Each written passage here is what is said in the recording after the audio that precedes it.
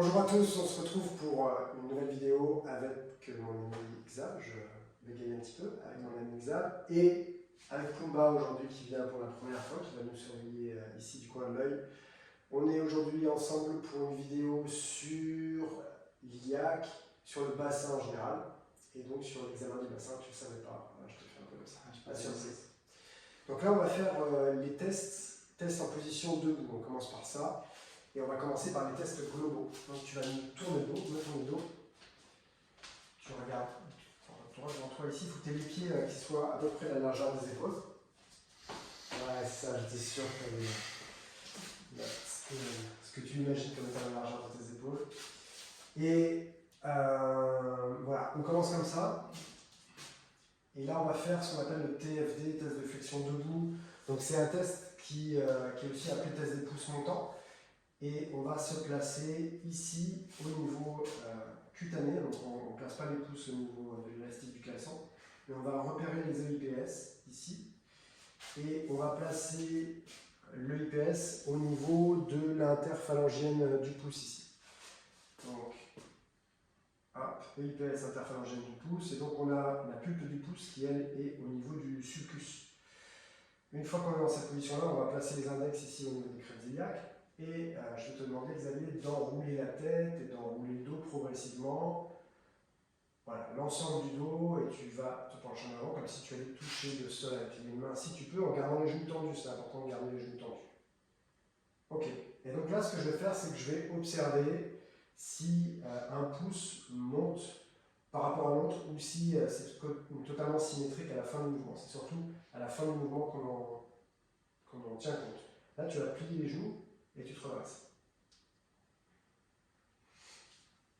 Donc là, l'idée, c'est de faire un test mécanique. Donc on va avoir une pression quand même qui va être relativement forte pour être en contact osseux, être vraiment sur le IPS. Et on va bien veiller à ce que le patient commence bien par enrouler la tête. Souvent, il faudra rappeler cet élément-là. Il y en a qui se penchent avec la tête en extension. Et puis, il faudra également s'assurer qu'il garde bien les genoux tendus pendant le test. Donc là, on va le refaire de profil. Je vais tourner là. Bien avant perpendiculaire ici. Voilà. Ok, regarde droit devant toi. Et là, on enroule. Tu enroules complètement. Garde les genoux tendus. Ok. Et donc là, en fin de test, on voit si les pouces sont à la même hauteur. C'est le cas chez toi. Donc là, le TFD est considéré comme négatif. Ensuite, c'est quoi ça? Ah, le téléphone? J'ai Tu pas as de bruit de poisson comme ça? C'était pour t'entendre. Ok. Je savais pas quand t'arrivais. Alors, là, on va faire le TFA. Et le TFA, ça se passe Test, flexion, assis. assis. Ouais. Attention pour mal, tu vas te faire mal. C'est bon, je connais. C'est bon? Alors, hop. On va être obligé de remettre un petit peu d'électricité parce qu'il faut qu'on descende. J'ai peur de les faire mal. Et, ouais, t'as raison de te méfier un petit peu, Bouma. Voilà. Tu veux ça? Comme ça, c'est bien. Ok. Là, tu vas t'asseoir face à la caméra d'abord et puis après, on va faire de l'autre côté. Donc là, on le fait face caméra, comme ça, vous allez voir le mouvement que doit faire Xavier, et ensuite, on le fera de l'autre côté. Là, les pieds sont bien à plat au sol, légèrement écartés, et tu vas joindre les deux mains comme ça. Et tu vas enrouler vers l'avant et toucher le sol avec les mains. Donc tu enroules, voilà, tu commences par la tête, très bien, tu enroules comme ça, bras tendus, et tu vas toucher le sol. Ok, et donc là, j'observe ce qui se passe au niveau des pouces. La position au niveau des pouces est exactement la même, tu vas revenir. La seule différence, c'est que là, je vais mettre un petit peu plus de pression au niveau de la pulpe des pouces pour être en contact avec le sacrum. Tout à l'heure, j'étais en contact avec les EIPS, donc plutôt iliaque. Là, je suis plus en contact sacrum. Pour autant, la position est la même. Ok. Tu vas te placer de l'autre côté, on va le faire là. Donc là, hop, l'IPS, on se place avec la pulpe légèrement dedans ici, les pieds sont bien à plat, les mains jointes, tu enroules vers l'avant et tu vas toucher. Ok, et tu reviens. Donc, ces deux tests-là, il faut savoir qu'ils sont indissociables. Donc, tu vas faire le TFD et le TFA, mais tu ne peux pas faire ou le TFD ou le TFA. D'accord. Du coup, c'est quoi le. Je t'explique. Sorry. Ça va mieux. Ne sois pas impatient.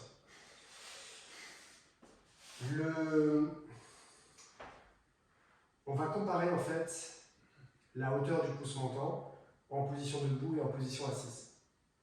Ces deux tests ils sont positifs quand il y a une asymétrie entre un pouce par rapport à l'autre. Okay. Si c'est le TFD qui est supérieur au TFA, c'est-à-dire que le pouce est plus montant lors du TFD que lors du TFA, ça va indiquer qu'il y a une dysfonction ilio-sacrée, c'est-à-dire de l'iliaque par rapport au sacrum. Donc ça peut être une rotation antérieure, une rotation postérieure de l'iliaque, un up slip, etc.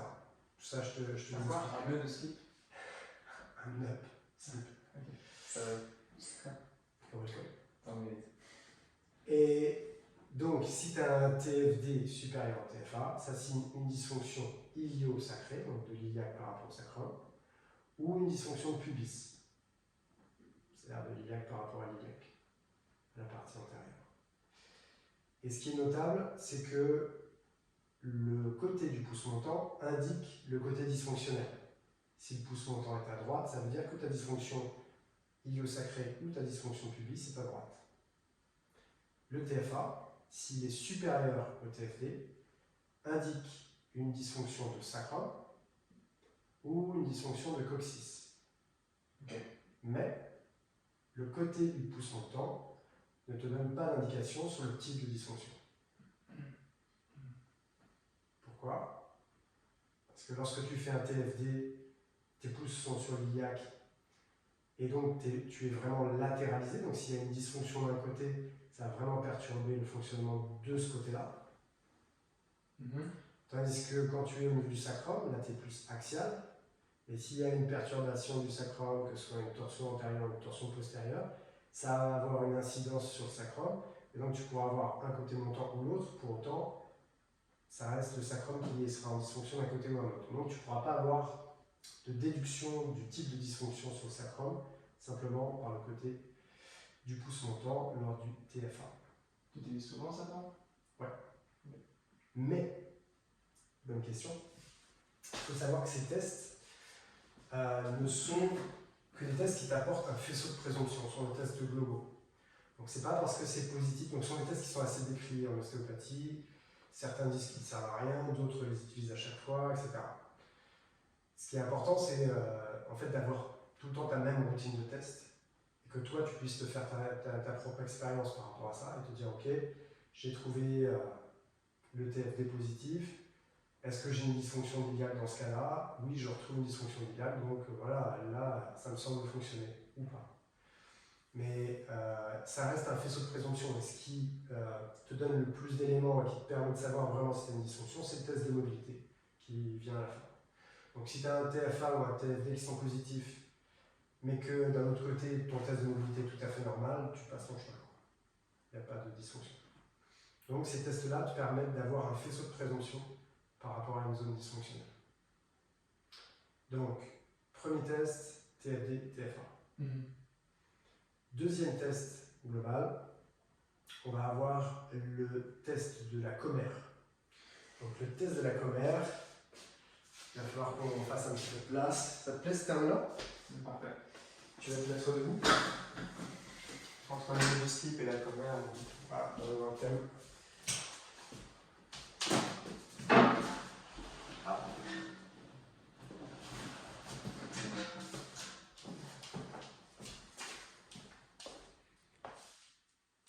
Donc sur le test de la commère, tu vas me tourner le dos. Il va falloir que tu gardes les genoux tendus ici et que tu plies le genou droit en décalant légèrement ton bassin vers la gauche ici. Tac. Et ensuite tu reviens en position neutre et ensuite tu vas faire la même chose de l'autre côté. Okay. Voilà, mais alors là, rapproche un tout petit peu tes pieds, essaie de les mettre de parallèle comme ça. Et tu ne vas pas accentuer le déhanchement en fait, il faut que tu essaies de rester dans l'axe. Relâche. Je sais que les commerces sont souvent avec les mains sur les hanches, mais tu fais un peu comme ça. Voilà. Donc on y va. La base ça. Ok, ouais, exactement. Non, c'est bien. Ça, tu fais de l'autre côté. Ok. Moins facile. Hein. Ouais. Je suis plus une caméra à droite, moi. Ok. Et encore. D'accord. Donc là, on va avoir le regard au niveau ici sacroiliaque. Et ce qu'on va tester. Donc tu vas rester en position fléchie d'un côté, tu choisis le côté que tu veux. Voilà. Donc là, sur cette flexion du genou à droite, on va avoir une inclinaison ici de la base sacrée, comme ça, vers la droite. Et ce qu'on va regarder, c'est l'amplitude de cette inclinaison. Ensuite, tu reviens en position neutre, et tu fais la même chose de l'autre côté. Et donc là, s'il arrive à faire le mouvement sans avoir de paramètres de compensation, sans changer les paramètres, on va observer également quelle est l'inclinaison ici au niveau de la base sacrée. Si l'inclinaison à droite et à gauche sont les mêmes, ça fonctionne normalement. Si d'un côté, la base sacrée a vraiment du mal à descendre, donc si elle descend avec une amplitude moindre que du côté opposé, on en déduira qu'il existe une dysfonction au niveau de la sacroiliaque contralatérale, ici. Tu vas revenir en position neutre. Donc là, ce qui est important, c'est qu'il n'y ait pas d'échappatoire d'un côté, qui reste vraiment dans le même plan, qu'il n'y ait pas une grosse compensation d'un côté par rapport à l'autre. Un deuxième élément qui va nous intéresser, donc là tu vas le refaire à droite, c'est de voir comment se comporte le rachis au niveau lombaire par rapport à cette inclinaison. Normalement, on doit avoir une NSR, donc avec une inclinaison opposée à la rotation, je t'expliquerai plus tard. Et donc, on doit avoir ici une courbure assez harmonieuse, on ne doit pas avoir de cassure. Et donc, on va comparer un côté par rapport à l'autre. Là, tu le fais de l'autre côté maintenant. Voilà, et on regarde. Ok, laisse-toi descendre un peu. Vas-y, à gauche. Voilà. Là, alors de là où je suis, en tout cas, je vois un élément de cassure un peu plus important ici. Donc, c'est moins harmonieux que de l'autre côté. Et là, ça casse un petit peu ici. Donc, on pourra se dire, ok, cette zone-là, elle a tendance à moins vouloir partir en side. Et donc, j'irai investiguer cette zone pour voir s'il n'y a pas une dysfonction sous-jacente. Non-side rotation. Side, c'est-à-dire inclinaison. Donc, ce test de la commère, on s'en sert pour voir le fonctionnement de la sacroiliaque opposée au genou fléchi et pour voir aussi le comportement du rachis lombaire, voire thoracique, en adaptation à cette inclinaison de la base sacrée. Maintenant, on peut passer au troisième test, c'est le test de gilet simplifié. Donc, ce test de gilet, il se passe ici avec les deux mains au mur. Ah, tu fais gaffe au cadre.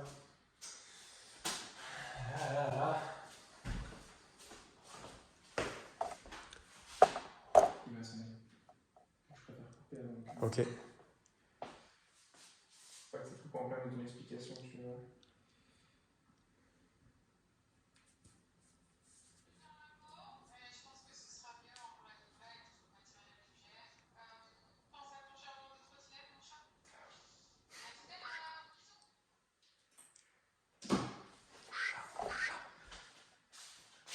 Ah, mais je crois que c'est enregistré le petit message. Mon chat, mon chaton. En 2022, faites plus dans les blagues, monsieur, ok? C'est un peu déplacé. Mon chat. Nous avons, je veux dire, une éthique en 2022, nous les jeunes. LGBTQIA+. Alors, là, on est sur le test de gilet simplifié. Donc, pour ce test de gilet, Je vais faire une fouille là, surtout, ouais. on n'a pas ce genre de blague en 2023. En Belgique, on te pose pour des fouilles là comme ça. Hein. C'est un petit vas-y pour tout. Tu te mets ici les pieds parallèles et tu viens poser les mains là. Là, avance un petit peu les pieds. Voilà. Là, tu vas faire ce mouvement-là. En fait. Tu vas fléchir ici la hanche au maximum et puis après tu reviens et tu vas faire la même chose de l'autre côté. Donc ça, c'est un autre test qui va permettre... Ah non, mais il faut que tu l'ailles au maximum. Allez, t'étais au max. C'est un autre test qui permet de voir le fonctionnement sacroiliaque. Donc nous, on s'en sert comme ça. Il est simplifié parce qu'on ne part pas ici vers l'extension comme le test de gilet classique. Et là, merci d'avoir éteint ton téléphone. Et la notion qu'on va pouvoir en tirer, c'est la même. C'est-à-dire, alors attends, hop, tu vas le faire d'un côté. Vas-y, ok. Donc là, bon, il compense un petit peu, on voit qu'il fléchit sa jambe ici. S'il était venu à la boxe taille, il n'aurait pas cette fameuse souplesse. Et donc là, on va incliner ici la base sacrée. Et en inclinant cette base sacrée, Donc ça se passe par une rotation postérieure ici au niveau de l'iliaque. Et normalement, on doit avoir une descente ici de l'IPS avec une inclinaison de la base sacrée dans ce sens-là. Donc là, c'est l'inverse qui se produit. Bon, il est peut-être en train de surcompenser, en train de gainer ses abdos et tout parce qu'il passe en vidéo, donc ça perturbe peut-être un petit peu le test. Tu vois voilà, je ne sais pas si vous voyez la contraction des fessiers, mais c'est quelque chose, des années de travail. Et donc là, tu vas faire la même chose du côté gauche. Ok, en fait, bon, c'est juste qu'il réalise mal le test et qu'on voit que là, ça ne descend pas du tout au niveau de ses sacroiliaques. On en fait parce que tu arrives bien à le faire sur la commère, donc il n'y a pas de raison pour que tu n'arrives pas à le faire. C'est juste le moment. Excusez-moi de ne pas être coopératif. Hein. Là, tu embarques trop ton bassin vers le haut. Laisse-le descendre en fait. Voilà, ça y est, on l'a. Donc là, on a une descente de son IPS droite par rapport à la gauche, légère inclinaison ici. Ok, on fait la même chose de l'autre côté. Voilà. Bon, voilà, on voit là aussi une légère inclinaison. Donc là, ça veut dire que lorsqu'il fléchit du côté gauche, la sacroiliaque droite doit être libre pour pouvoir laisser le bassin, enfin le sacrum plutôt s'incliner. Donc ce test, il nous permet également de voir le fonctionnement du sacroiliaque et on va coupler le TFD et le TFA et l'un de ces deux tests. Tu ne vas pas faire les 3 tests à chaque fois. C'est commère ou gilet. Tu choisis celui qui te convient ou celui qui convient le mieux à ton patient parce que, comme tu as vu, il y a une certaine coordination à avoir et il y a certains patients qui ont un peu de mal à l'assimiler, donc ce sera à toi de choisir celui qui est plus adapté au patient. Voilà, donc on en a fini pour les tests debout, les tests globaux pour le bassin. Et donc, au préalable, j'en ai pas parlé, mais ça c'est quelque chose qui est valable à chaque fois. On aura l'observation, bien sûr. Et dans l'observation, on aura aussi un temps, à la fin, un temps de palpation. Et en position debout, on va palper et comparer. Arrête avec les fessiers là! Il y en a qui font ça avec les pecs, et toi c'est avec les grands glutéaux. On va palper la hauteur, enfin on va palper les EIPS pour voir si elles sont à la même hauteur. On va palper ici les crêtes iliaques pour voir si elles sont à la même hauteur. EIS pour voir si elles sont à la même hauteur, on sera de face à ce moment-là. Et on vient aussi ici au niveau des ischions, les tuberosités sciatiques, voir si elles sont à la même hauteur. Et donc, ce qu'on recherche à ce moment-là, ce sont les 3 points hauts.